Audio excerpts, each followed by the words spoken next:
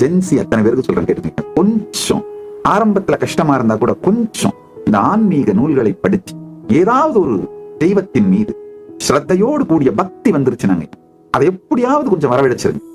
ஸ்ரத்தையோட பிடிச்சிட்டீங்கன்னா அதுக்கப்புறம் இந்த லூசுத்தனமான சிகரெட்டு இல்ல அடிக்ஷன் அதெல்லாம் சுத்தமா எந்த அடிக்ஷனும் தேவைப்படாதுங்கய்யா. உங்களை அடிமையாக்கி அழிக்கின்ற புகைப்பழக்கத்துல இருந்து துவங்கி புகை, குடி, போதை வஸ்துக்கள், மற்ற இப்ப இந்த காலத்துல உணவும் ஒரு போதையா போச்சு. இது எல்லாத்துக்குமான ஒரே ஆன்டிடோட், ஒரு மிகப்பெரிய மருந்து பரமசிவ பரம்பொருள் மீது ஏற்படும் பக்திங்க.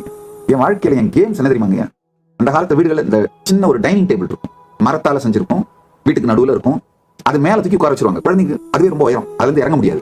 மேல தூக்கி உட்கார வச்சு 2-3 விக்கிரகங்களை கொடுத்துருவாங்க. விநாயகர், சிவன், இந்த வீட்டுல இருக்கிற விக்கிரகங்களை அதை வச்சு துணி சுத்திட்டு அது விளையாடிட்டு பூஜை பண்ணிட்டு அதான் நம்ம என்டர்டெயின்மெண்ட்னால டெவலப் ஆகிற எமோஷனல் பேஸ் லைன் கூட பெருமானோடு சேர்ந்ததாகவே இருந்ததனால் வெளியிலிருந்து வேற ஒரு தேவையும் இல்லாம போயிருச்சுங்க.